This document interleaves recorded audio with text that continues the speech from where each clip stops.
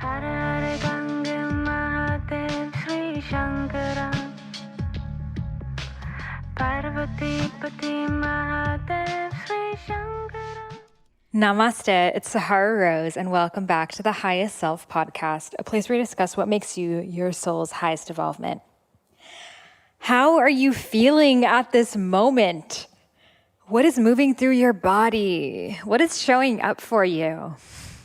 How are you a different person today than you were even just 1 month ago? What shadows have revealed for you? What aspects of yourself have you had to look at? What deepest, darkest fears have come to surface? How have you found more joy, more love, more unity than ever before? My name is Sahara, and as I've shared on this podcast for the past 3 years, and especially in the past month or so, we are in the greatest spiritual awakening in the history of humanity.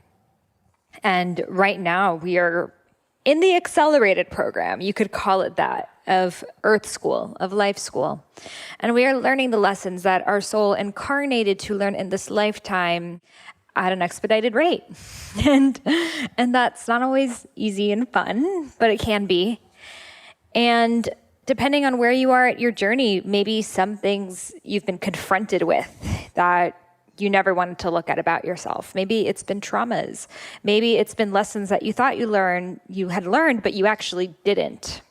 And maybe some of your gifts are coming to surface. Maybe your desire to share in a certain way, to show up in the world in a certain way. Maybe you're just finally owning the fact that you want to be different. So whatever is showing up for you at this time, I invite you to really honor that, because that is your unique soul medicine. And at different times of our lives, it's going to be different. You know, we are all experiencing the same thing right now globally. Every single person on the planet right now pretty much is on lockdown, right? But we're all experiencing it through such different lens. And the lens in which we are experiencing it through is exactly what our soul needed to at this time. So it might reveal some stuff about your relationship, or your relationship with your body, or your work, or your parents, or your home environment. Whatever is coming up for you, know that that was already under the surface, and it was just this opportunity that gave you, that time to actually flip up the hood of the car and look at what's going on underneath. So nothing is here to harm you. Nothing is here to make your life difficult. Everything is really here to serve you. And there's no better person to really have on the podcast that shares this message than Matt Kahn. So if you are not familiar with Matt Kahn, oh my goddess, you got to check him out. But he is one of my personal favorite authors. He has a book called Everything is Here to Help You. And I listened to this book on audiobook a couple years ago, and I just so deeply resonated with it. And there aren't a lot of people that I actually read the books or listen to. Personally, I just like to focus on receiving my own channel and not really be, getting other information in. So I know that everything that's coming through is coming through directly from source for me. So I actually don't listen to other podcasts. I don't really, if I read a book, it'll be a book that I really respect the author. And Matt Kahn is one of those people. There are very, very few people in the world like him. And I'm honestly honored. He is probably out of everyone I've interviewed, one of my most influential to me guests, even if you've never heard of him. He's been on YouTube, spiritual author and teacher on YouTube for at least a decade. So I remember early in my spiritual awakening, back when I lived in India, I would watch his videos, and he's still doing it. And he has a new book called The Universe Always Has a Plan, which is beautiful, short, easy to read, digestible. And we talk about that in this episode. So I have been bringing different experts in to speak about, this epidemic from different lens. We just had Michaela on speaking about connecting to your inner wild woman. So practices you can do to connect to your body, connect to your sexuality, connect to your life force.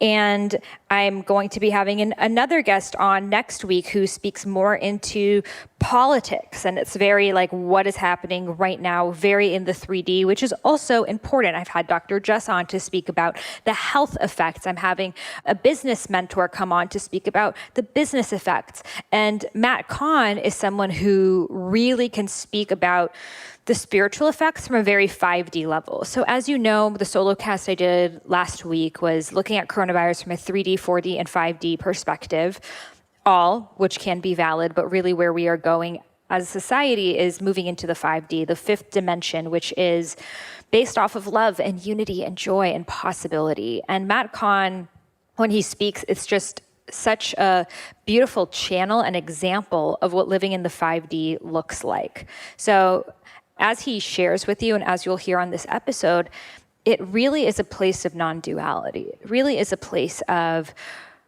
there's no victimhood, there's no blame, there's no judgment, there's no, well, they did this to us, or this is gonna hurt us, or whatever it is that our survival brain likes to hold on to. And again, these things may or may not be true in that dimension, but in the fifth dimension, none of that stuff matters because you see past it. You see past people's actions and really at their intentions. And then when you can look at their intentions, you're able to see that most people's intentions, not all, but most are coming out of love and they're coming out of desire to protect. So like I shared in the episode I did on the 3D, 4D, 5D, someone who is, fear vomiting on you or sharing all of the different conspiracy theories and this is happening and that is happening, most likely, if they are your friend, they are not doing it to make your life miserable, but they're actually doing it because they think it is going to protect you.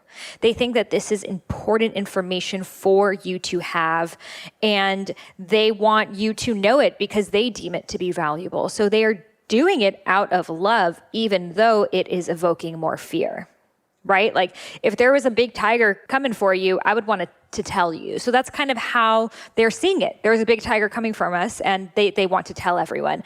However, the issue is that tiger might just be in their dimension and in their perspective. It might not even be real.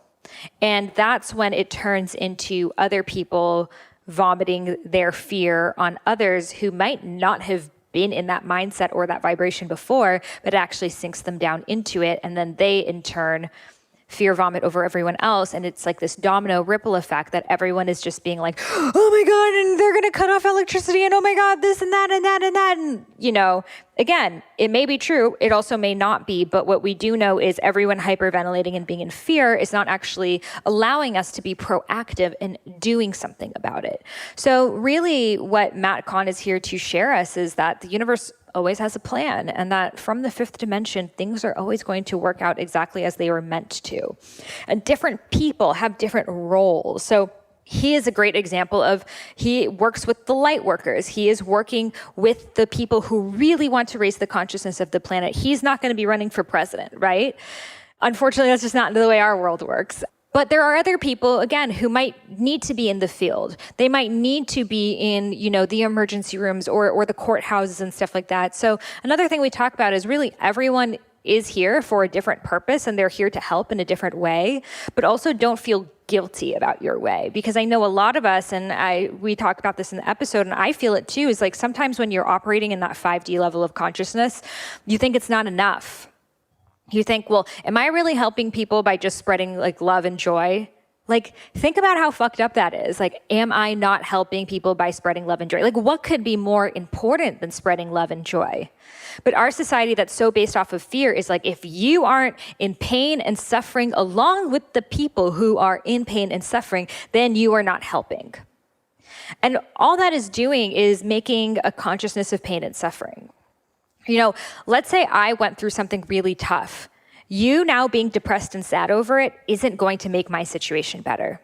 It's just going to make now you sad over it. In fact, that might actually make me feel worse, right? So this is really an invitation for us to own what dimension we want to be mostly operating from. No one's 100% on anything. We all have our 3, 4, and 5D moments, but if you are being called to be a light worker, as I call a sun being, to radiate like the sun, to bring love, to bring joy, to bring dance, like I shared on my Instagram today. If you're not following me on Instagram, be sure to check it out. I'm always posting fun little things, but I wrote dance, dharma, and drums are my medicine.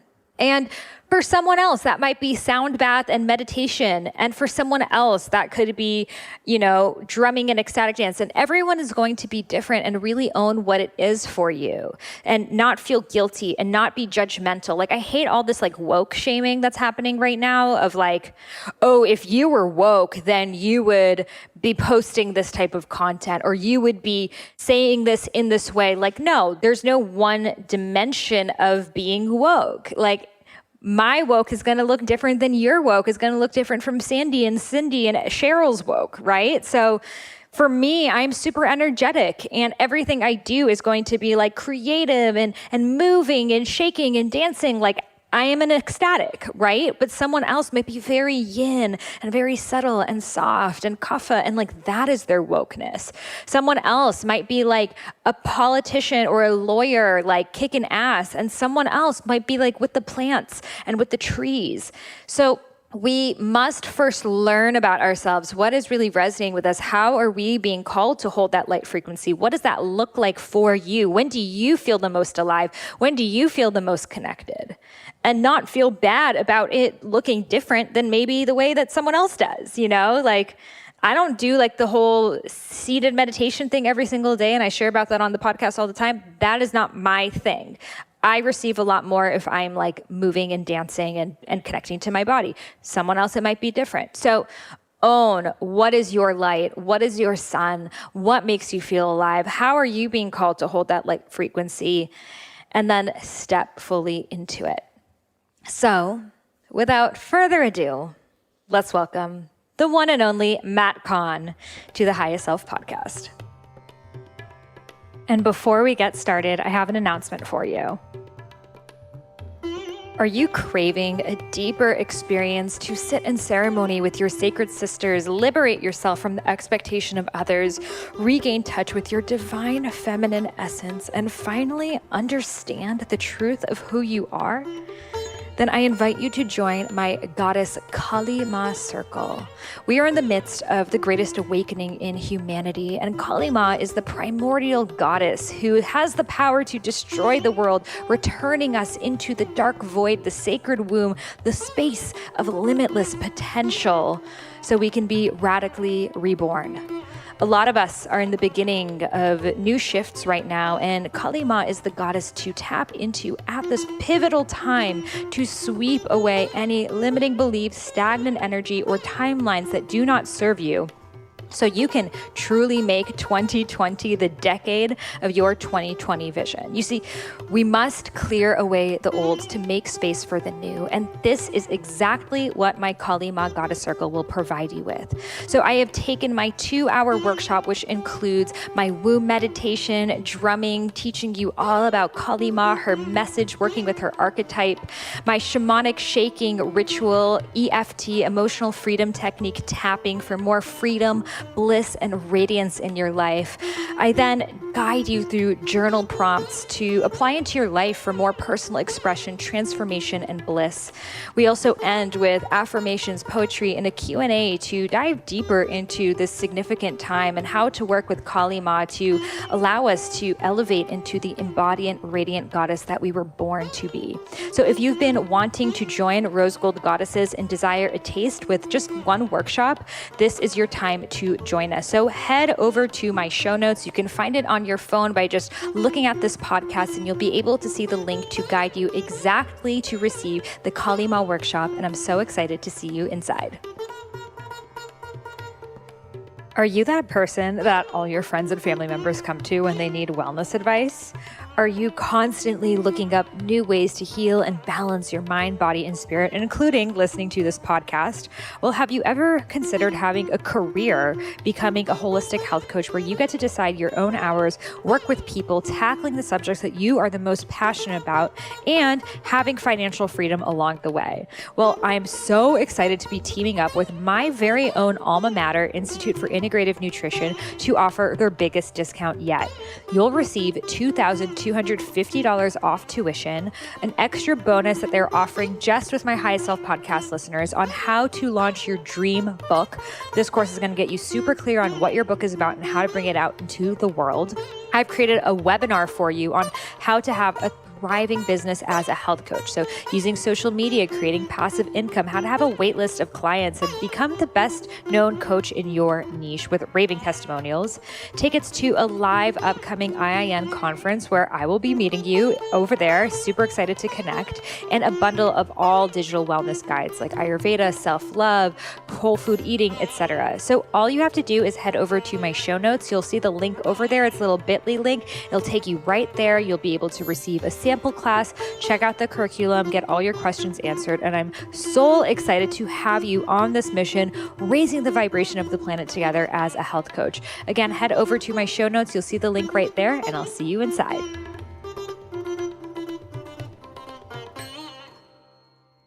Welcome, Matt, to the Highest Self podcast. It's so great to have you here. Well, thank you. It's an honor to be here. It truly is. And the first question I'd love to ask you is, what makes you your highest self? That's a great question. I think a lot of times people are under the misunderstanding that being your highest self means you have to know everything your highest self knows.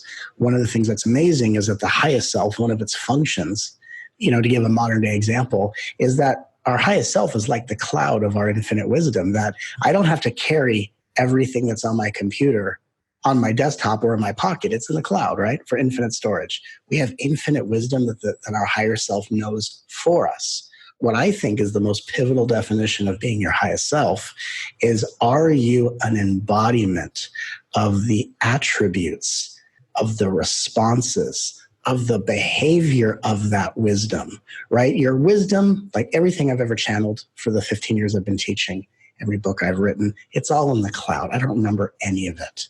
But what is always within me is the conduct, maturity, and responses of that wisdom. So if no one ever knew a single thing I taught, they could watch my behavior and get the essence of what I've learned and integrated.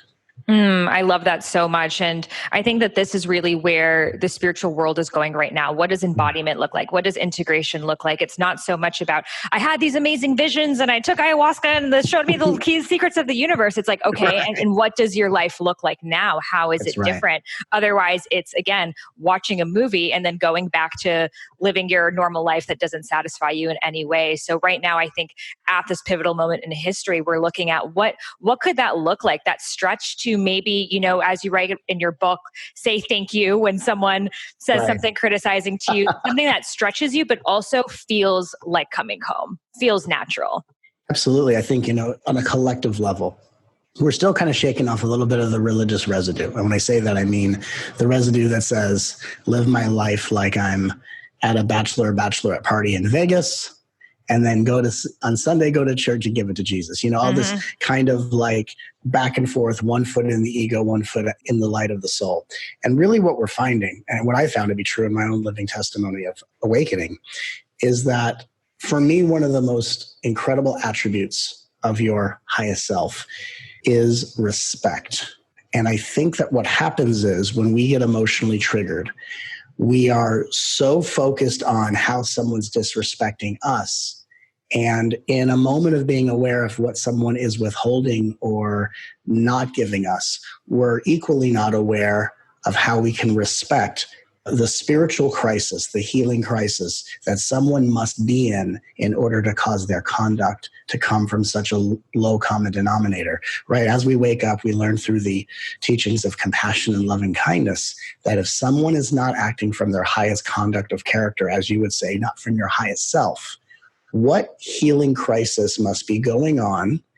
And in particular, most people that act from their lowest standard of conduct are going through a level of spiritual revelation they have not been taught to understand or even fathom or recognize. Mm-hmm. And so when people are not being their highest self, that gives us the chance to say, if I can respect the healing journey you may not even know that you're on, I cannot make their conduct about me, and then my response to them can be holding a space of healing, whether it's offering forgiveness, and then I can walk away having had that opportunity to deepen the respect of my higher self and saying to that person, thank you for giving me a chance to go deeper into my relationship with respect, instead of getting mesmerized by whatever someone is saying or doing in our presence. It's a very clear invitation.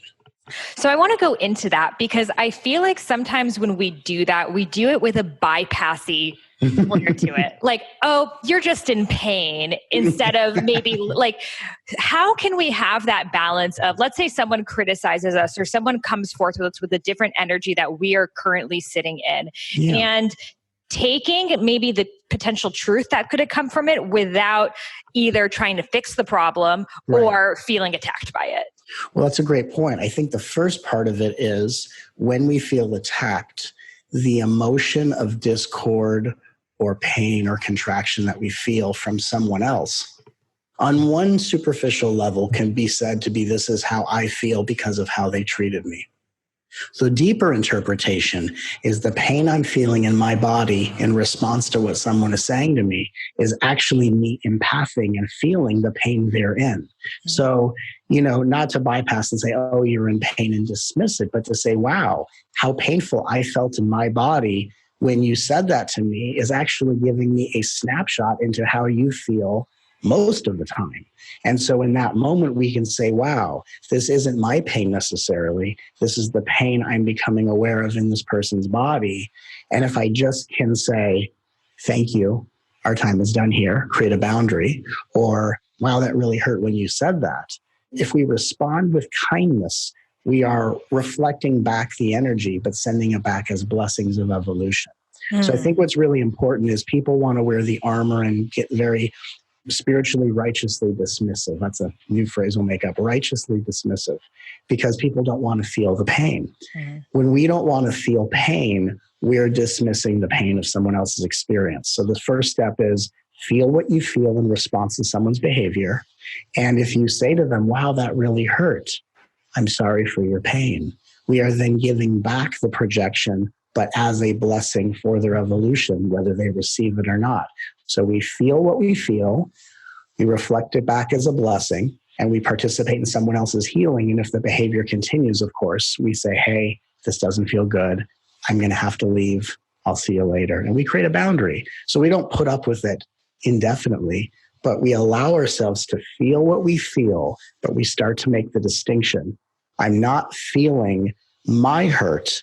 I'm feeling their hurt that my kindness can help transmute as I make my way from this moment to the next.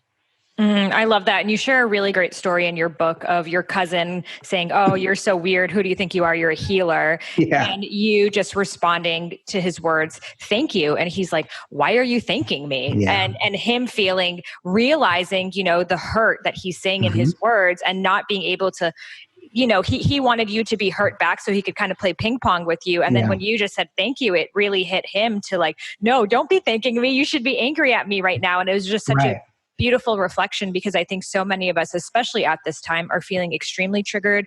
Maybe people we're quarantining with, et cetera. And how to not, let it escalate, but just kind of like let it end with your own gratitude for the lesson of it. I think the magic in that is that when we show gratitude for things that that our egos aren't truly grateful for, we allow other people to naturally have the awareness to realize, wow, they're responding as if I gave them a gift. And I'm now fully aware that I didn't give a gift. Like with that example with my relative, they wanted to instigate me into an argument. And they're what's called secondary gain, which is consciously, no one wants to be in an argument. But on the subconscious level, there's a motivating factor. And for this particular person, they wanted to rope me into an argument because they have a history of being traumatized by anger in their family. And they wanted me to fire back with anger so that later that night, when they go back to their home, they could justify their functional addictions as, for all that I put up with today and this person yelled at me, don't I deserve a little space? So it's also very curious that for a lot of people, consciously, no one wants to be triggered and roped into conflict. But because our society is so divided between beings awakening at such a fast rate and being steeped in addiction, at an equally fast rate, that a lot of people find themselves manifesting experiences they don't rationally want, but that justify how they get to go home and they get to nourish themselves with the things that are rather self-destructive and that are almost very seductively saying, you've been through a lot. You overcame so much today. Don't you deserve a little you time? And it's actually the propaganda of subconscious addiction. And that's actually something that when you become aware of those influences, once you start addressing that, you really can't be touched or roped into argument, because the only thing that can rope you into an argument is an addiction that wants to be fed while pretending it's a form of self-care. I love that. And that goes so deep into it, because I think a lot of us, all of us, have that thing that maybe keeps showing up, right? Yeah. And we're like, I don't know what's happening, but I keep getting angry, or I keep getting annoyed or sad or depressed. So I want to go into how our traumas began this. Mm-hmm. Is it typically something that begins in childhood? Do you think it's something that the soul came in with? How does that begin so we can, and then how do we become aware of it? Well, it's a great question. Modern day psychology would say it begins with an original wound, and we trace back to our earliest impressionable years of, during the first 2, 3, 4 years of my development. What was I exposed to? What did I see? What did I create in my mirror neurons? And that's one way of looking at it. But I look at it as all the experiences we have in childhood are actually just reminders of what the soul came in with in the cellular body. I've had experience. I can give you 1,000 experiences. One of which was a woman who birthed a child, and she held her child for the first time and looked into his eyes and went, uh-oh. And just the child had this look in their eyes, and the child grew, and what the child had to go through was much torment for the family and for their own path.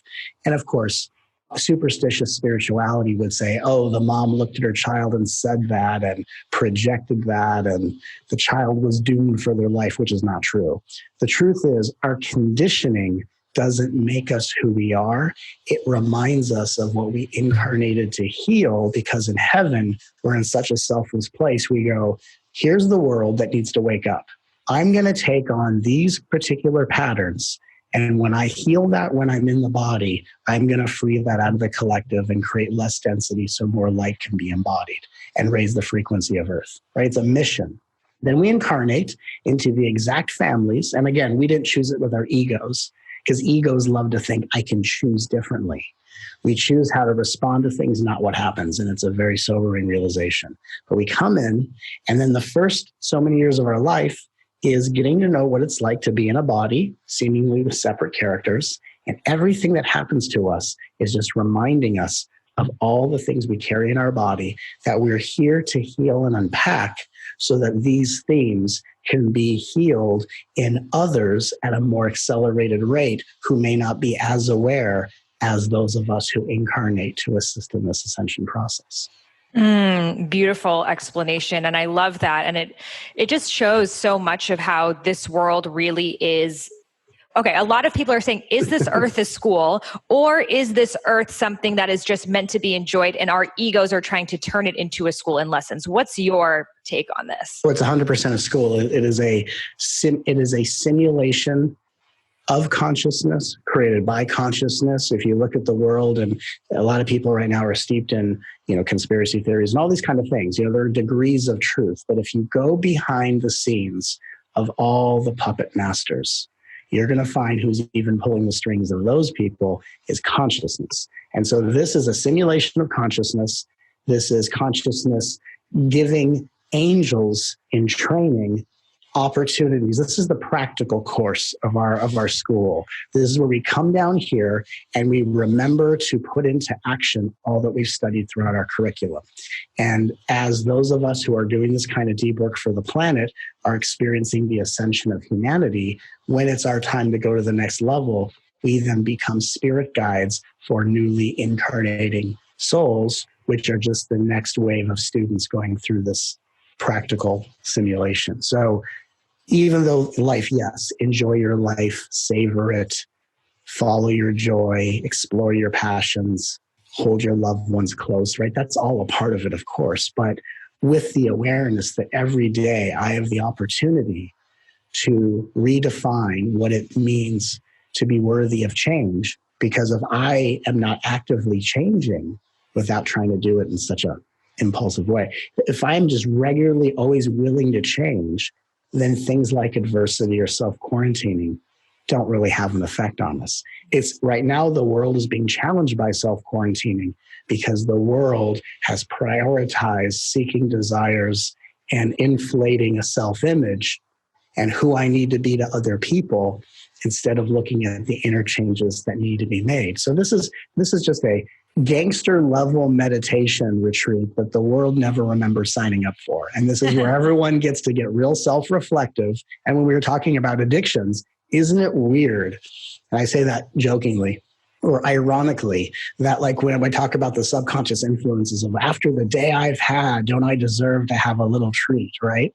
And people used to say that after working their asses off at the office or grinding in the factory. Now we have this really weird story where we say, after all the sheltering in I've done all day, after all the self-quarantining I've done, after all the much nothing I've done, don't I deserve? And it's interesting how you don't even have to have done anything to let that addiction pattern kind of lead the way. So my big thing, one of my big things in helping people during this time is this is a time to become aware of and to really feel into what do you need emotionally in order to not look for some external, superficial chemical or something to fill that void in you.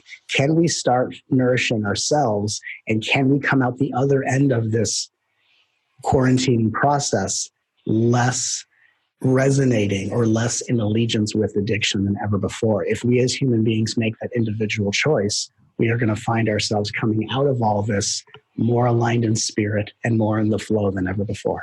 Yes, I do see this as a global Vipassana that we're all being asked to sit Totally. into. But most of us won't sit in it. We look for our phones. We look at what does Matt Kahn have to say about this? What does Eckhart Tolle have to say about this person, that person, instead of like letting your spirit tell you what is the lesson, because the lesson in it for you is going to be different than the lesson in it for someone else. But if we're so tapped into everyone else's interpretation, we miss having this experience. And another thing that and I'm sure every listener struggles with is just the different dimensions that you could look at this experience from. Right. Like there's the very 3D of like, people are dying, the hospitals are overflowed, stay at home. And then there's this 4D of like, is it 5G? Is it like the Epstein things? Is it this? Is it that? And that can like also really stimulate the mind of like trying to figure things out and decipher and pull things apart and feeling like you've solved the riddles of the universe. And is Bill Gates good or bad? I can't figure it out. I keep changing my mind. And then this 5D, which is like, everything is working out for us. The universe has a plan. But then, like, for example, I was speaking to Marianne Williamson about this, and she was like, that is us bypassing the responsibility that we have right now for the people. So I'm like, how do we balance these different dimensions? You know what it is? And I appreciate Marianne and her fire. I really do. But it's unfair to say that because we all have a different contribution to make. And, that might be her on the front lines. I'm on the front lines vibrationally, and I'm leading this world energetically. We just last Saturday had a bunch of meditations globally. I did my thing, let a rather large number of people through a big process during a time when portals were open. That's where I work, even as I live in downtown Seattle, literally in full view of Amazon, 3 blocks away from the Bill and Melinda Gates Foundation. I'm anchoring light, and I'm doing my part with as much fire and passion as that she's doing on her front line. So I think it's unfair. It would be unfair for me to say everyone's got to anchor light the way I do, and for her to say that. We all have a different part to play because we're interconnected energetically. Just the changes you make within yourself or with the dynamics of your own relationships with your heart, with your partner, with your relatives, whoever you're self-quarantining with. Relationships are how unity consciousness spreads light throughout the planet. Because we're all connected in this quantum reality, what you do to facilitate positive change in your self-quarantine environment is literally sending out positive energy to motivate and inspire that change in all people. And I think right now the anchoring of light is so popular because we're being recommended not to leave our homes. So to know that in the privacy of your home, you can do some of the greatest soul work for the planet, and your ego consciousness may not perceive it immediately, but your emotional body is showing you not just the changes you're making in yourself, but the changes you make in yourself is the positive contribution or the rippling effect happening throughout the planet. And everything is valid. Everyone has a part to play. There are people that are meant to be the watchdogs of a crumbling, deceptive old regime. There are people that need to talk about, hey, beware of this. That's their role. There are people that need to go in and create a new political system. That's their role. We all have to just tune in and say, what resonates with me? And when I did this transmission last Saturday, I did this teaching, and it's something I just channeled, and it's become one of my newest favorite things. And I called it the essential question. The essential question is, whenever you're making a choice, you can ask yourself, with this option, whose life am I improving? And as long as 9 times out of 10, or as often as we can, with no pressure on ourselves, we are coming from the standpoint of what I do in the privacy of my home is like an energetic game of follow the leader. And I'm making choices that I want everyone in the world to start making, so that the positive choices I make to take care of my body, to love my heart, to forgive my roommates or whatever's going on, it's because I'm spreading that throughout the entire quantum field and I'm helping this world ascend. I absolutely love that. And, I so deeply resonate with bringing in the joy frequency and the light. But I think myself and a lot of people, we struggle with the guilt. Is this enough? Yes. Well, and then we would say is the fact that it doesn't feel like enough is not the real experience being had. The guilt is because what you're doing is so enough, the universe is now saying the lowest vibration on this planet, one of them at least, is guilt. Vibrational guilt's one of the lowest. So you are doing such a good job that we are going to give you the assignment of tackling guilt. So as you start to raise your vibration, the universe is bringing to those that shine the brightest some of the lowest vibrational patterns, because people who are truly identified with guilt are so lost in it, they need light workers to help lift them out of it vibrationally. So when we feel guilt, it's actually not because we're doing something wrong or it's not enough. We get lost in the narrative because we're feeling the gravity of how many people on this planet are lost in the narrative. So not only are we empathing what we can heal in the planet, but we're also empathing the very narrative that seduces and gets people so lost. So if someone listens to this, has a feeling of guilt, is this enough? The shift is saying, this is not my guilt. This is the guilt that my light is transmuting for all in this planet. And one of the things we can say, which comes from the transcendent awareness of 8th dimensional consciousness, is thank you for reminding me what my light has already transformed in all. Because eighth dimension is transcendence, which means everything has already happened. And so I'm not looking at this as if I'm guilty. I'm not looking at it as I have to heal this guilt. I'm saying to the universe, thank you for reminding me what my light has already transformed for all. And we cover all bases. And then we find it melting away. And we can sit there and go, I just sent out energy that is going to help a large amount of people be freed of guilt. It came in and we send it out differently. And this is the way we work as light workers. And it's so true, because a lot of times the projection of guilt is just coming from people who feel guilty. People who are very much in the 3D doing, and because they're so overwhelmed by how much there is to be done, when they see someone who's not as proactive in their specific doing, they project the guilt that they have of not doing enough to, you should feel guilty because there are people suffering in this and that. And I think that when we attach that guilt onto ourselves, we really deflect ourselves from actually healing the very issue that they're feeling overwhelmed in solving. Yeah, absolutely. And then we go back to gratitude. If someone says you're not doing enough, which of course they in their lives may not feel very productive, which as you said so clearly, and I love that, and then we respond back by healing in them, saying, thank you for sharing with me what you're so passionate about. What's the most redeeming thing? It's not about if what they say is correct. We don't need to correct other people's projections, but we say, you're obviously passionate about correcting me. Thank you for sharing with me your passion. Thank you. Yeah. And then we transmute it like in that kind of interpersonal level. So there's I transmute it when I'm alone quarantining by saying, thank you for showing me what my light has already transformed and all. And if I'm talking to someone trying to project, I transmute it through my language with simply a thank you, which doesn't mean they're right.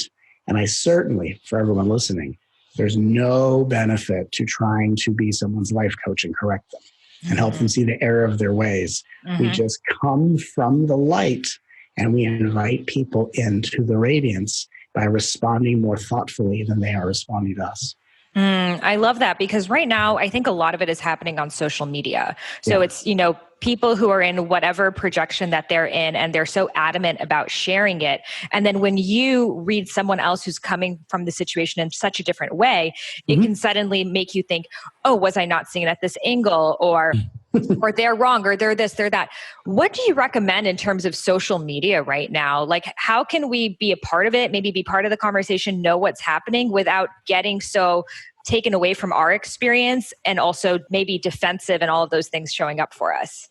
I think the simple shift, and it has to be a simple shift because people get sucked in real quickly, is we have to learn to respond to people's intentions instead of the content of their sharing, right? If someone's sharing a content about, what's really happening underground or vaccinations. I mean, I'm just saying because these are the headlines, what's people's opinions of Donald Trump? And I say all these things because I really don't have an opinion about anything, because what I work with is the evolution of reality. I'm working with the planet becoming more enlightened and in a higher frequency, which doesn't require opinions. It's just my job is to help people remember their true nature and to move through this transmutation process of awakening as expediently and lovingly as possible.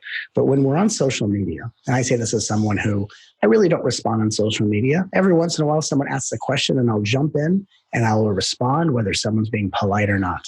And I do it to demonstrate consciousness in action. But if people are engaged in social media, we respond to people's intentions, not the content. The content is always roping you into, am I with you? Am I against you? Are we on the same team? Are we not on the same team? That's where we get into competition. That's when we get into this, how the mob mentality people have at intense sporting events. This is how we get into division and separation. You take a side, I take a side, and we go back and forth and have this tit for tat conversation. Instead of saying to someone, the intention, I appreciate you sharing with me what is so important to you. Thank you for your time. Thank you for your service. Thank you for your sharing. And then if they come back and say, well, do you agree? I'm really not in that position to agree or disagree. I'm only here to honor your sharing. And we hold the position of, I'm here to honor this person who in their mind thinks they are doing something good. On some level, if you think you're doing something good, most of the time, you are. And even if you're doing something catastrophically out of alignment with our societal values, it could lead to something devastating, but in the aftermath of devastation is always some form of greater good. And that's on a spiritual level, how we're able to say, I honor the intention behind your sharing. Thank you for your time, or thank you for what you're sharing. And then we have an opportunity in that moment when we're not in this, I agree or disagree, or how do you know, or prove it, and all this nonsense, that we realize I have an opportunity to help this person feel as if they have greater value within them. And once they feel better about themselves, perhaps their contributions will raise in vibration and even help more people. So I think the question we have to ask ourselves is, are we trying to be right? Are we trying to defend our position? Or are we here to help create more radiant light workers? And what my opportunity in every moment is, how can I honor this person's intention?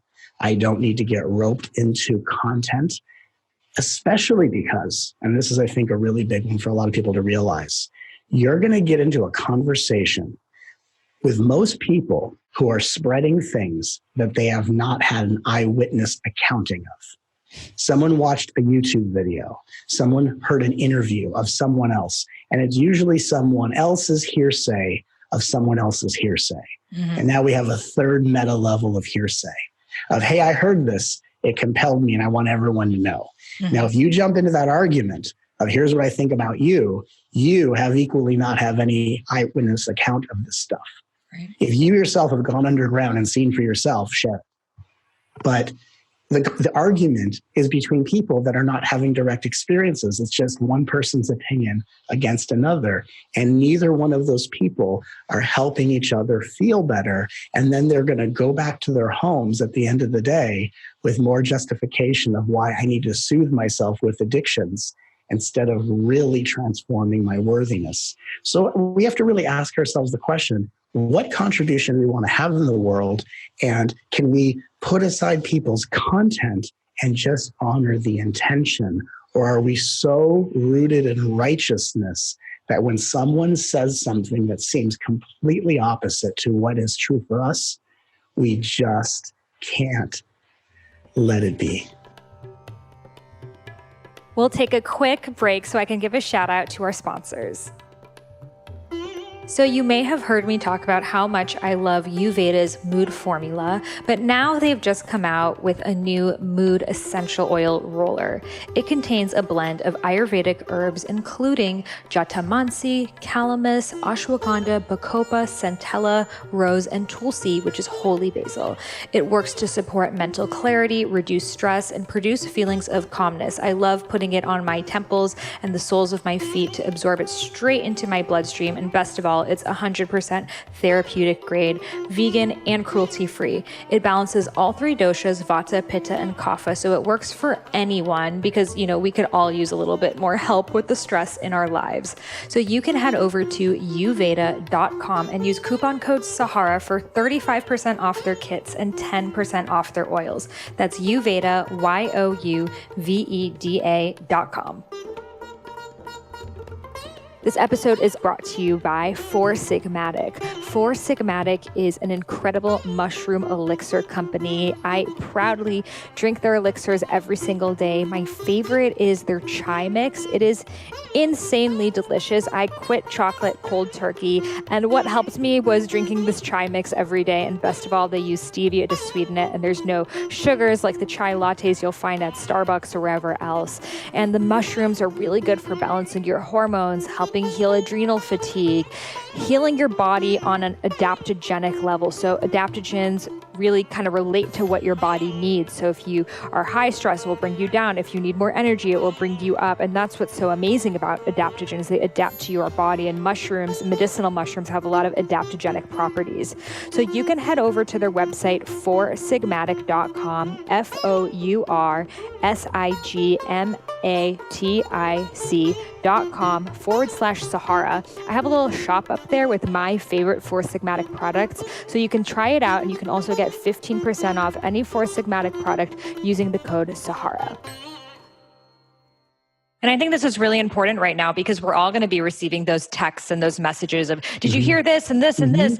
And depending on where we feel at that moment when we receive it, we could respond in so many different ways. But regardless, that person is trying to protect us. Yes. And they believe the best way to protect is to make us aware of all of these different things. And whether you're a Republican or Democrat, I truly believe everyone is here to protect humanity. And they genuinely believe, most people genuinely believe the way that they're doing it is the right way. So when we can just look at the purity of that desire to protect us so much that they want us to be informed of something that we may not have been aware of, then we can see, they actually love me so much. And that's why they're trying to share this, what I'm perceiving as fear. And, to give a personal example, I remember many times my mom was a very beautiful woman. My parents were wonderful. We had a great relationship, although a lot of tumultuous patterning in my family, as we all do, as we all do. But I remember once, my mom was one of these many times where my mom, when she felt she was right or needed to make a point, my mom would scream. And she would scream and just unload until she felt as if you had enough, which is obviously a very uncomfortable way to live and to help a child learn right from wrong, right? It's a fear-based way of just, and she was yelling at me. And I remember I forgot what age I was. I wasn't a kid. I was a little bit older because I wouldn't have this awareness as a kid. And I said, why are you yelling at me? And she goes, because I just want you to be safe and you did something dangerous. I said, you're trying to protect me, but the tone of your voice is harming me. And I said it just very calmly. Something came through and just said this. And she stopped. I said, so if you're trying to help me, help me.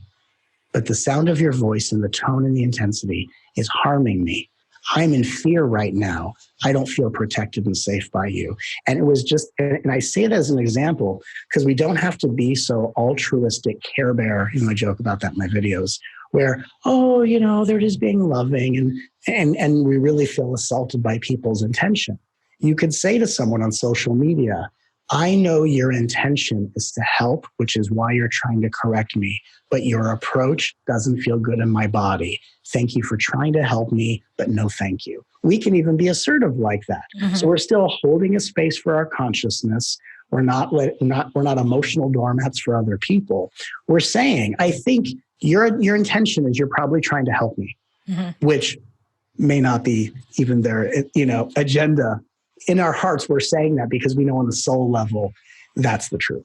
In your heart, I know you're trying to help and protect me and correct me at every turn because you want to make sure that I get it right like you did. But the way you're going about this is not feeling good in my body. So thank you for trying. No, thank you. I'm done engaging and may you be blessed. Mm-hmm. Like that's how we learn to communicate when we are awake beings. We're not afraid to disagree with people. We can still honor the value of their intention. We can also let people know, by the way, you tried to do this and you fell a little short. Mm-hmm. You wanted to protect me and I feel unsafe. That was a miss. Mm. I appreciate you. I send you love and goodbye. This is how we can engage. We just need to have the worthiness to know that we have the power, the right, and the privilege to represent our frequency and consciousness and not just wait until we're around people who we feel safe around. We learn to feel safe in ourselves by representing our consciousness and not letting the intensity of other people's righteousness, put us into the background or into the shadows. I love that so much. And thank you for that example. And growing up, my dad was also very angry, and it did allow me to, in the middle of someone's anger, to hold that frequency of calm and even speaking softly. So they realize how loud they are being, and it just turns into a reflection of themselves. And so I think my soul chose that for the same reason your soul chose it, Oh yeah. That definitely taught us some lessons early on. I will tell you just point blank, my family, they were wonderful. They idolized me and they supported me in becoming who I am. And, I grew up in a family where mystical, spiritual experiences, my parents had some experience with it. So I would go to my parents, and unlike most people, my parents didn't think I was weird and we could talk about it. And they gave me a book when I was a kid and I read it. It was a spiritual book and it just confirmed everything I knew on the inside. It was just this elation of, oh my God, this is all real. Mm-hmm. And at the same time, my parents both had this complex bag of tricks called conditioning. Mm-hmm. And so my training ground, not only with, having dialogues with the universe every day, all day, as an intuitive, is that I, on some level, when I was a kid, and I didn't know why I was doing this, I was studying people. I would always study people's behaviors. I'd watch my parents. I would track patterns without knowing I was doing it. And I would just watch and observe. And I will tell you, the education that I received in learning how to observe and crack the code of my mom's conditioning, which was so complex. And then the dynamic between my mom and my dad and that complexity, what happens when you grow up in a family witnessing borderline personality symptoms combined with socialized addiction patterns. And these are two people who love each other, but are just colliding in patterns. And I watched this day in and day out, and it was the greatest education I've ever received. And it gave me this intuitive ability of being able to feel into people and almost like Sherlock Holmes, crack the case and solve the puzzle instantly.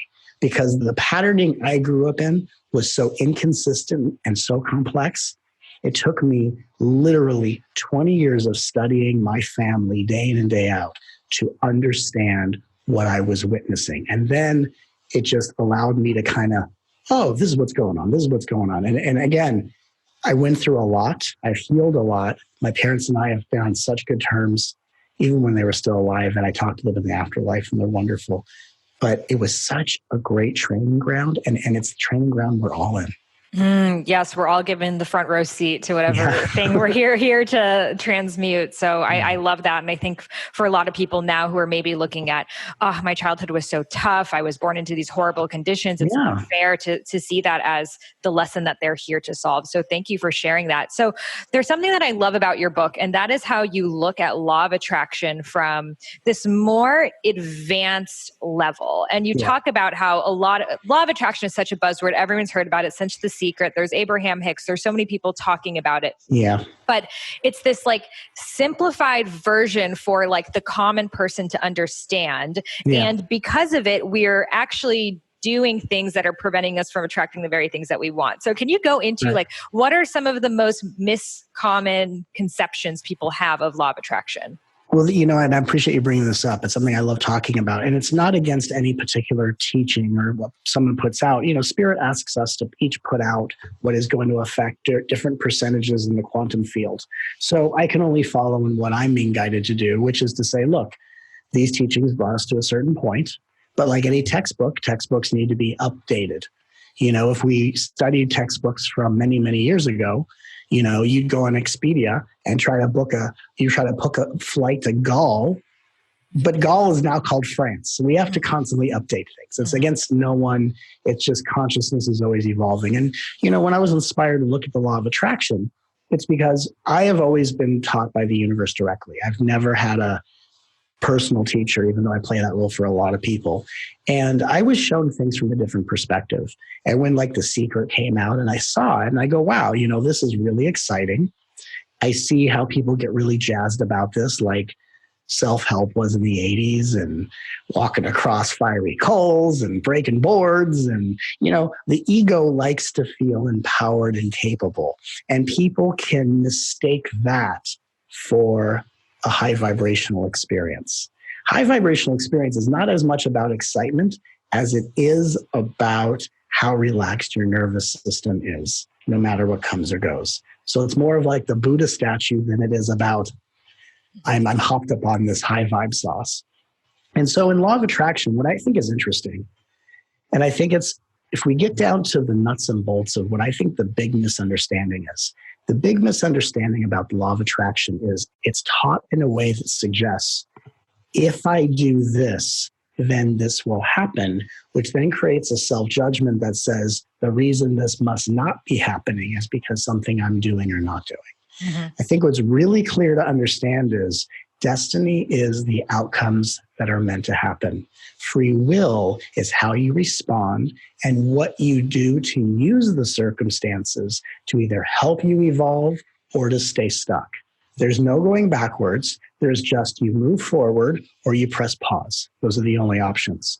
So free will is like, it's not, we do this negotiating when we're kids, right? Santa Claus, if I do this, I'm going to be on the nice list. And if I'm on the nice list, I'm going to tell this dude who's dressed up like Santa Claus at Sears to bring me all the shit I want. You know what I mean? And as kids, we have that. So law of attraction has been taught like adult Santa Claus. And in reality, if you have a desire for something, that means this that you're desiring is somewhere up ahead. It could be this lifetime. And some people will groan when I say it could be other lifetimes. That's how quantum reality works. So when you have a desire, how fast that desire comes to you is showing you your level of alignment with spirit. Meaning, when you're aligned in your soul, you are only desiring the things that are about to happen, which means you are the flow of synchronicity. You are connected, right? I want a sandwich. And as I say that, a sandwich food truck rolls up in front of me. That's showing alignment. When everything I want is somewhere else, or doesn't seem to come my way, that means, yes, I'm in attunement with the things coming my way up ahead, but I'm desiring what is far off instead of being in desire with what's happening now. Right. And so when I say I will attract so-and-so, and then it comes very shortly thereafter, it wasn't as if my thought created it out of nothing. It was that I was intuiting what was already coming my way, and I intuitively was reminding myself this is about to happen. So I think true law of attraction is actually about being in alignment with spirit, being clear in your intuition, and becoming the kind of human being who is only desiring what is and about to happen. And when we're truly in our egos, we are under the belief that something that isn't going to happen soon must be exactly what I need to feel better than I feel right now. And that's a recipe of stuckness. So do you think that the action of writing it out or declaring it is helping make it more clear for the universe to help bring it to you? Or do you think that we are just basically writing something that we already know, and the writing is not really a bonus action towards it? I think it's really, I don't think it's a matter that when you write it out, you're telling the universe what you want, because the universe is what's dressed up as you living each moment. So the universe knows you more than you know yourself, and knew you before you knew you were a self. I think what it is when you write it out, you're basically coming into consciousness and saying, this is what's already been created for me. My desire for this thing means I'm ready to receive it. And writing it out is my declaration of saying, I consciously declare that I'm worthy of having these things that are already on their way. So to me, writing it out is an important declaration of worthiness. And to imagine that the universe and its infinite wisdom that keeps every person alive and evolving with a single breath in every moment, that with one breath of the universe created all of existence in all dimensions, time, and space, that a universe of this incredible, perfect magnitude is somehow unaware of what you want. I mean, the assumption there, if you really think of it, if people stop and really think of the assumption, it's a way of oversimplifying the complexity of indescribable, ingenious proportion that is the universe. So I think sometimes, in the name of having an understanding, we try to simplify things to make it make sense, but it doesn't mean we're truly fathoming what is actually happening. So, oh yeah, it makes sense. You write it out and it's going to happen. I mean, it's a very egocentric way of perceiving things. And the ego needs superstition. It needs to know, if I do this, I'll be punished. If I do this, I'll be rewarded. It needs to make the universe into a parent. But what we learn to do is say, if I do this, does that feel good to me? Is that building worthiness, or is it keeping me feeling unworthy? Is it helping me love myself, or is it making other people more responsible for my feelings? Am I blaming more often? Am I forgiving more often? And we're really learning to feel into what are the options that bring out my best. And like I said, with the essential question, whose life am I improving?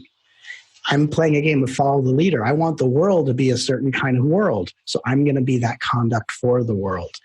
And even if I'm just making good choices for me alone in my self-quarantine space, the choices I make to improve my life are sending energy to improve the quantum field for all sentient beings. So it's, the law of attraction is an entry point truly into a deeper discussion about surrender.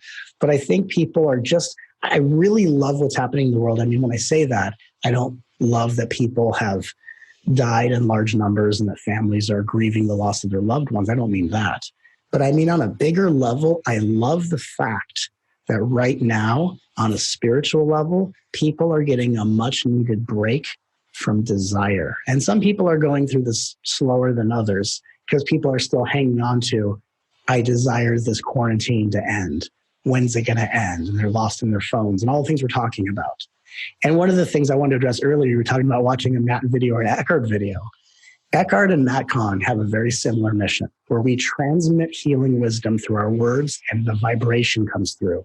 So even if someone is hopped up on their technology and doesn't want to sit and meditate and just watch my videos all day, the energy I transmit is the same stillness that you get in meditation. It's just watching me is just like me vibrationally sitting there and holding your hand.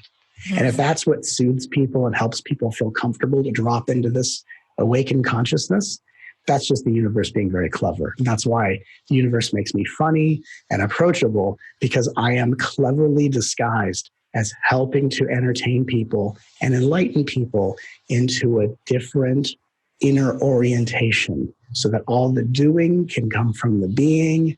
And sometimes people don't want to sit alone because it reminds them of how alone they felt in their families their whole life. And I'm just one of, many characters like me and Eckhart, who are just there to hold the hand and say, I'm here with you. So what do you think of when people say, this portal is a good day to manifest, or this full moon, or there's certain times to manifest because the veils are thinner and your thoughts are 3 times the amount of, speed. What's your take on all of this? Here's the thing. If someone says to you, hey, this Saturday, the veils are going to be super thin, we're having a super blood wolf moon, or whatever, we're having a super wolf moon and all your houses in Venus are open, and, whatever the trajectory is. If that brings you excitement to do a personal practice on a day, and it's true, there are days when things are more open or less open. Doesn't mean the universe isn't always listening and responding. But if that brings you more joy, then do the thing from the basis of, I'm really excited that this Saturday is going to be this harmonic concordance, or whatever it is, this convergence, and the moon's going to amplify blessings. And I think the most mature thing is participate in the things that bring you joy. And while you're manifesting for yourself, always remember to manifest for humanity. So it's not just about the veils are open. Here's a way we can hack the universe and get more of our shit faster, that kind of thing. Like, if you're going to manifest for you, your family, and the world. That's the holy trinity of manifestation. And if it feels exciting to be a part of it, do it for the excitement. But if it comes from a place of like, oh my God, here's my opportunity to make things fast track so I can get out of hell, a mature spiritual being would look at that and go, let me address that. Let me really work on what I'm avoiding. So I think it's just, we have to feel into what it inspires. When I hear from people, because I'm not really into astrology, I'm tapped into the universe, but I get very different information.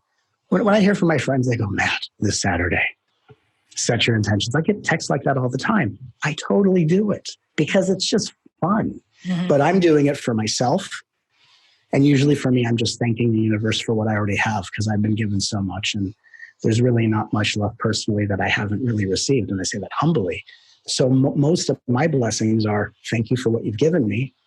I receive more of what you wish to provide, letting it be up to the universe. Right. And then I focus on, here's what I'm going to manifest for my family, for my friends, and for the world, because I'm really good at manifesting. And I think that one of the ways we learn to get very good at manifesting is you sharpen your manifestation skills, not by telling the universe what you want, but by using the passion of manifestation to manifest for others what they want. And that's part of the secret is, first step of initiating yourself as a co-creator is you manifest for others. So if I talk to a friend who says, God, I need to get a new car, I am literally going to go work with Archangel Michael and say, Michael, please manifest a car for this person. And I will feel it as joyfully as if it were for me. And when you then can manifest for others, then when you have a desire, you just put it out. You say, hey guys, I love this. And you'll be amazed as how it will come to you. But if you're trying to do it for that reason, it won't work. So do you ever, with your manifestations, like I feel like for me, the way that I would manifest is I would kind of declare out how it's going to serve humanity. So for example, when I was writing my first book, I really wanted a foreword by Deepak Chopra, and I met him and it was this incredible thing. And I was like, universe, like if this foreword by Deepak Chopra can happen, my book will reach more people and will be able to serve more people and it will be better for the all. And then it ended up happening. So do you see that the universe will provide what is best for the all, or it's just going to provide and we're just saying that, I don't know, out of our own justification of why we want things? Well, it's interesting. It depends on your intention. If you're saying it like, hey, universe, please bring me a new Vitamix so that all beings can have clean water in the world. I mean, you could play that game with yourself. Right. I like to say, and I just like to be more in a state of surrender. And I like to say, using your example, dear universe, if it serves the greater good of all, if, let the universe tell me, please bring me a forward by Deepak Chopra so that my book can reach more people. Thank you. Either way, namaste, peace out, hakuna matata, signed, sealed, and delivered, put a stamp on it, and so it is. But I always like to frame it of, if this serves the greater good of all, please bring me this. Yeah, I think it comes down to the conversation of like magic versus miracles, right? Like we want to create magic in ourselves and create outcomes, but the miracle is just letting the universe create what is meant to happen. Well, it's like running a company. If you're the head of a company, you don't do the work of all departments. You outsource to other people, departments, and whether they're on-site or off-site.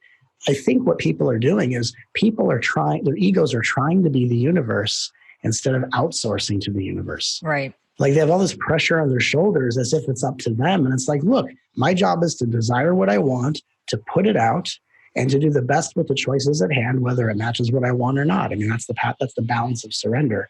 So, hey, I would like this universe, whatever it is. I'd like a romantic partner. I'd like a new Vitamix. I'd like a book forward by Deepak Chopra, whatever the thing is. And if it serves the greatest good of my journey and the journeys of all, please bring it to me now. We let it go. We take another moment. Thank you for all that I have. We seal it with gratitude and we move on. And it will happen whenever it will. So I think part of it is the attachments spiritual egos have to manifestation is they think this is what I'm going to use to get my way. Right. And that's the big problem, because how do we know that what you want is the highest path for you? Most people think until I have different things, I can't feel different things. That's not really true. And the universe is certainly not going to give you what you want if it's going to anchor a belief of unconsciousness. So nothing that you attract is going to make you feel better. It's just going to be different things. It's going to be wonderful, but we in ourselves can actually feel better right now. And a lot of egos get scared of that because they think, if I can feel better right now, maybe the universe won't bring you what I want, even though being shut down doesn't bring you what you want either. So you have to get into this level of maturity where getting what you want or not has nothing to do with how you feel. And once we get there, you're in such a state of detachment. I call audible. So you can call audible, hey, bring me a parking space up front. And it just happens. And it's just for the hell of it. It's just because we want to experience our magic, but we can't control or contain it. We have to surrender into it. And when magic is what you surrender into, magic become miracles, as you said so eloquently. I love that. And I think part of it is our fear of not getting it. Like, for example, if you're single and if you say, universe, if it's in the greatest alignment, please bring me my partner. And if it doesn't happen, then you're like, shit, then maybe it was not in the greatest alignment, but I want it so badly that how could it not have been in the greatest alignment? Because many people don't want this lifetime to be their lifetime of learning how to be alone with themselves and finding the partner within themselves. So a lot of people say if we have the desperation, we repel the manifestation. Do you see the same thing? I don't think it's that, because I think that's just more superstition. I think it's more of like people trying not to be desperate when they're desperate, you know? And I think that desperation isn't what blocks manifestation. Again, that's more perception of cause and effect. Desperation is what we feel when what we want is not ready to manifest. So I don't think desperation is what blocks manifestation. I think desperation is what reminds us, despite what I want, this is probably not the time I'm going to get it. Simply because I have not become the partner in myself yet, the autonomous, loving, whole and complete version of myself that is going to be the perfect counterpart to the partner I'm calling in. So, but people interpret it, rather superstitiously, and they go, and there are God bless coaches and people who will teach this stuff and go, oh, you were too desperate. You blocked it, right? What's the most insidious and subtle form of nonsense on the spiritual path is you did something wrong, which is why in my new book, what's golden rule number 1? You did nothing wrong. Your desperation didn't block it. Your desperation is the energy that says, You want something so bad, and this is not the moment it's meant to happen. Mm-hmm. That's what desperation teaches us. Because otherwise, people are trying to learn to not be desperate, to hack the universe like it's a computer. And because you are the universe on the highest level, you can't outsmart you. You certainly can't outsmart the smartest you that there is in existence, that is beyond comprehension. So I think this is really a great time in history where the gravity of what's happening on the planet, and I say it with respect to people who have perished, to families who have lost, to business owners who have lost their businesses, people who are living out their dream of bringing their culinary skills to a restaurant, who won James Beard Awards, who have succeeded, and overnight it's gone. And I say it with respect to that this is a time in history where we all get to ask ourselves, what is more important than wanting what isn't here? And can I build a relationship with present moment reality where I go, no one wanted this. Let's make the best of it. And it's where we really start to unpack our bags and really start to step into the path of surrender instead of trying to satisfy and appease an ego that is never designed to be satisfied. Because if your ego could be satisfied, it would have nothing else to seek. And with nothing else to seek, it would be melted in present moment reality and it would be transformed into light. And that's what awakening does, is it returns our egos back to the light and it integrates inside of us so that our egos can be expressions of our divinity instead of reflections of our learned patterns of density. So this is all a great opportunity to actually redefine the law of attraction as my ability to ask the universe to work this out for me. And I'm going to equally use this opportunity to come into a more meaningful relationship with life, not negotiating and demanding my way every step of the way. This is where we really start to respect the gift of life on the most sincere level of reverence. I love that so much. And I think it really shows us that at any given moment, we have the option to choose. We have the option to choose how we feel. We have the option. And I think to also, today I was thinking, because last night I went into all these conspiracy theory rabbit holes and I don't have to figure out everything, how the world, I will never figure it out. I'll just drive myself crazy of trying to figure it out. But what I can do is control how I feel in this moment. And this whole opportunity, because we can't plan anymore. We can't have 6-month goals. That's gone. The whole Q1 to Q4 goal setting and tracking, it can no longer happen because we just don't know. And we're really being asked to surrender to the present moment and take each day as it comes. Well, you said about the rabbit hole, the conspiracy theory. I actually wrote a post on Facebook yesterday addressing it in a rather wonderful and heart-centered way. And people really resonated with it, and I was grateful for that. But here's something interesting to consider about that. Let's say you go down the rabbit hole and you figure out the conspiracy of all conspiracies, right? Which there are many videos right now that are getting a lot of views. And I'm not saying people shouldn't watch them and enjoy them. Everyone's going to decide how they're going to serve the greater good of all. I can't tell people how to choose. I certainly won't tell people there's one way everyone has to choose. I will just give a great invitation for a way in which we're capable of choosing, and we all get to decide. With that in mind, let's say you go down the rabbit hole, you watch these videos, and you put all the pieces together, and you got it. Okay, now what are you going to do? Okay, next option is you're probably going to go online and tell people, here's the truth. And you're going to be the whistleblower, totally fine. But because you are not an eyewitness to this, you just put pieces together. And because people can't go to the characters playing out this dark agenda, they can't ask them questions. So who do they go to? They go to you. And you've got to answer all the questions for the Illuminati, for whatever the hell's going on. You've got to answer all the questions about the tunnels. And you have never been in a goddamn tunnel. No, you know what I'm saying? You don't know. So you're now going to give people who are seeking clarity more conjecture. And it's getting into this interesting conversation about what we think is likely. So that's pointless. Let's say hypothetically, you whistle below this whole thing and every single person you're connected to goes, you know what? I feel that's truth. You just woke me up. I am born anew. Now, what are you and all your people going to do about it now? You're going to walk to Area 51? There's a guard station. If you take another step, we have the right to shoot you. Right. Well, we tried, guys. Let's go to the alien diner and have some eggs. what are you going to do? So what's interesting is people are down these rabbit holes because they don't know what to do. Right. What there is to do is change for the better. Tracking this stuff, watching this stuff. Hey, I saw this Trump briefing and look at this symbol. Look what's not in that picture. Look at what's in. Do that if you need to do that. But that's what we do when we don't know what to do. And that's what we do when we think having a bigger understanding is going to make things change. What makes things change is by spreading light and raising the frequency of the world. And when you simply raise the frequency of the world by calling the universe into this reality, then you bring a light to this world that must automatically transmute creations below that vibration.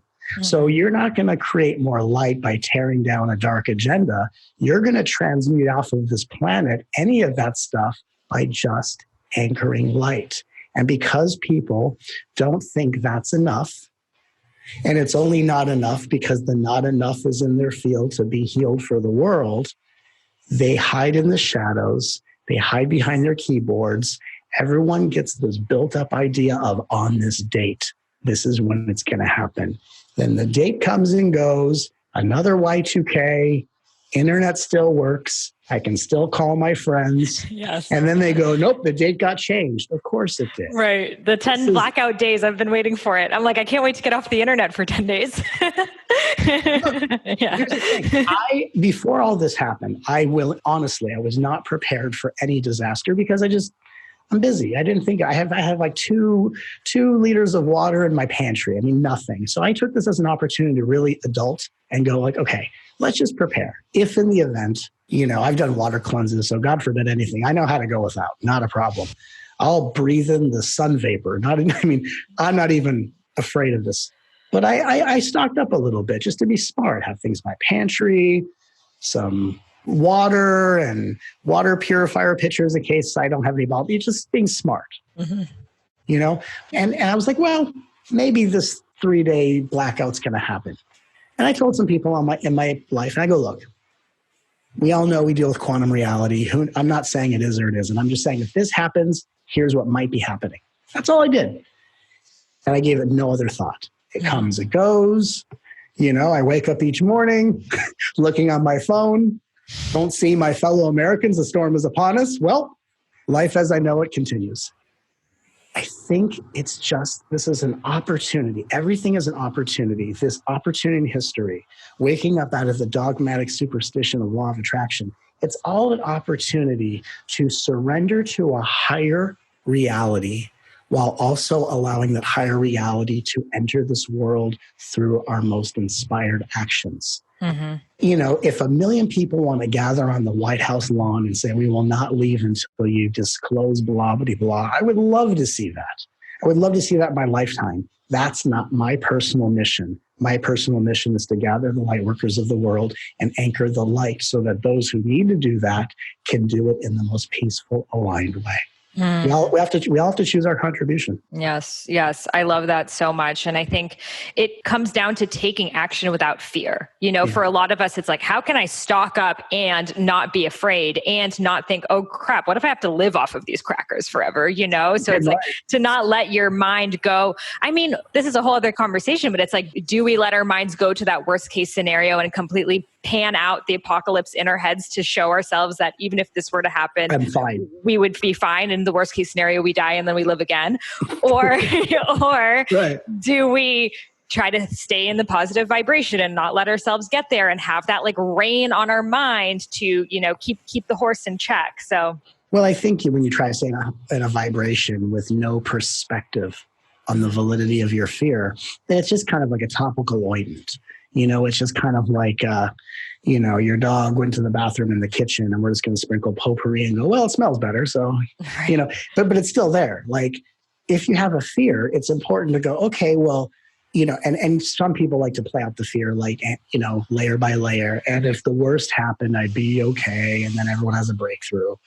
I like to look at it as, I've asked people in dialogues, and I've asked myself this question: what is it about that fear that is most scary? What is it about that? And then this would happen. And what's most scary about it? And what we get down to is that most people are the most afraid of moments where they have no will, or they seemingly don't have a lot of choices. But what we learn by living through these times is in moments that inspire the deepest heroism and courage, that inspires so many people. You ask a hero, what caused you to step into action and be so selfless, to do so much for some other people? So they said, I didn't have a choice. I had no other choice. So what's amazing is the ego is the most afraid of a moment where it has less choice. And the moments when you have the least amount of choices is the greatest opportunity to inspire others and be your most heroic higher self. I love that so much. So beautiful. Yes, it's those moments where the mom picks up the car off of the child and suddenly becomes heroic. And when we let ourselves actually be in those situations that we're just guided and we don't even know what's taken over our bodies, that's our full power. Right. Instead of like sitting there and going, okay, let me first Google how to lift a car. Right. Yeah. Let me lift enough weights and do enough online fitness videos to prepare myself for the moment. Yeah. Well, we're never going to be prepared. And I think really the biggest fear for us is the fear of the unknown and the fear of, I was saying how we're kind of like on a roller coaster right now. And do you want to hold on to the sides, or do you want to just put your arms up and enjoy the ride? Because either way, we're all going the same place. So might as well. And all roller coasters lead back to the place in which they began. Yes. So you have an experience of going on such a ride. You drop in the roller coaster. Maybe you go up and that big before you do your free fall, and you twist around. And your experience of the roller coaster is, wow, I went so many places and around the amusement park, right? It's like I went so around the amusement park, the circumference of it, faster than I could walk around on my feet. And yet I was brought back to the same place in which it began. So it's like I went so far and I went nowhere at the same time. And I think that's the journey of life, is we seem to go so many places, do so many things, and canvas so much of the terrain of this world. And yet we all come back to the same point. So I think it's just more of this egoic fantasy of, I'm trying to do everything to get ahead. And when I feel like I have no chance to get ahead, I must be falling behind. These are just perceptions we have in time. I'm ahead, I'm behind, instead of just, this is a ride. So beautifully said. Love it. Yes. I just had a vision of someone going on stage and doing this dance, and they're flipping and they're this and they're that. And then the dance is over and you just go right down the same steps and show's over. Yeah. You go to work so you can spend a day preparing to go back home. You go back home so you can prepare to go back to work. You go on vacation so you can resent having to go back to work, and you go back to work so you can fantasize about your next vacation. We're all moving back and forth. And then at a certain point, your consciousness breaks open and you go, oh, what am I really doing? What's really happening? And the unknown becomes a moment of perspective instead of a moment of intimidation. So when we're afraid of the unknown, it means we are getting close to the edge of awakening, but we're not quite there. When awakening happens, the unknown is clarity. The unknown is liberation. And when we are afraid of the unknown, it means I'm being prepped for this, but I may not be ready for this. And I think one of the most mature things we can do as souls is to honor, here's where I'm going, and it's okay if today I'm not quite ready. Being really honest and authentic of where you're at is high level form of intuitive clarity. I love this so much. So many good gems of wisdom you shared with us today. So where can listeners get your new book, The Universe Always Has a Plan, connect with you, and watch your videos? Well, my videos are always on YouTube. I put a new video out every month. I just did a Facebook Live global soul gathering for the world. On the date I was supposed to do an event in Portland, I decided to do it a Facebook Live, self-quarantine edition. And as far as my book, in this kind of a situation in the world, my book can be purchased on Amazon. I usually say wherever books are sold, but Amazon is the only place right now. So if you could, if this book that I channeled is something I'm so proud of. It's so raw, it's so cutting edge, it's so practical, and it busts apart the old spiritual superstitions. So I would say to everyone listening, this is a perfect opportunity to become our highest self, as the name of your podcast. But a lot of us don't know how to do that. And the book is like a step-by-step process to give you a roadmap of how to do it. So I really invite everyone to buy a copy of The Universe Always Has a Plan. It is truly, I'm proud of all the books I've written, but this one is just such an extra special something that came through me. And I'm just delighted for everyone to receive it. Yes, I absolutely loved it. It is the kind of book that you can honestly read in a day when you're just in that zone and feeling it. And it's so like timeless. So thank you so much for sharing your wisdom with us and for taking the time to be on the podcast. Oh, thank you. It's been an honor, truly. How do you feel after that conversation? I know that right after I was just walking around feeling like I had just swum in a pool of light. And that is how beautiful it is to fully be residing in the 5D like that even hearing someone speak and share puts you in a better mood, helps you make better decisions, helps you see what is available for yourself, helps you see the world from a different lens. So please drop the story that being in the 5D is not enough, that holding the light and the joy and the ecstasy and the bliss is not enough. Because it is actually the most important work that we can do at this pivotal moment in history. So be sure to check out Matt Kahn's new book, The Universe Always Has a Plan. I also really love the book. Everything is here to help you, and he is just amazing, as you just heard. And if you'd like to have access to guests like him, many others on the Highest Self podcast, we just had Daniela Gill on doing an Akashic Records reading. We're having Heather Activation back on to do a light language workshop. We have financial freedom and thriving and stepping into your queen archetype and Vedic astrology and so much more. With the monthly goddess circles with me. This month we are working with goddess Kalima. We have all of the circles that I've previously done. Lakshmi, Saraswati, Durga, Lalita Sundari, Kuan Yin, Yemaya, all available for you in Rose Gold Goddesses. Rose Gold Goddesses is the Sacred Sisterhood collective, all about embodying the goddess within. And conscious online community is more important than ever before. So if you want to leave your anxiety at the door and get the support, connection, and inspiration that your soul has been craving, come join us in Rose Gold Goddesses. You can find that link in the show notes. It is rosegoldgoddesses.com, and I can't wait to meet you inside.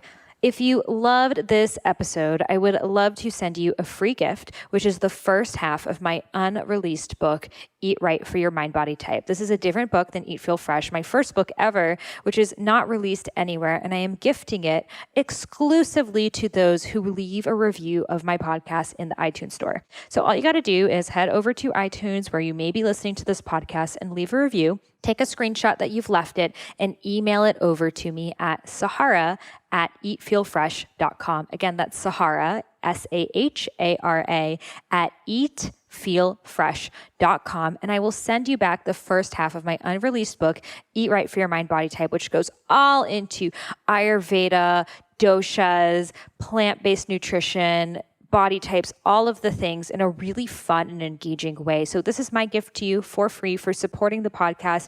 Every single review I personally read. It really helps the podcast be listened to by more people so we can raise the vibration of the planet together. And I am so grateful to have you on this journey. Thank you so much for listening, and I'll see you on the next episode. Namaste.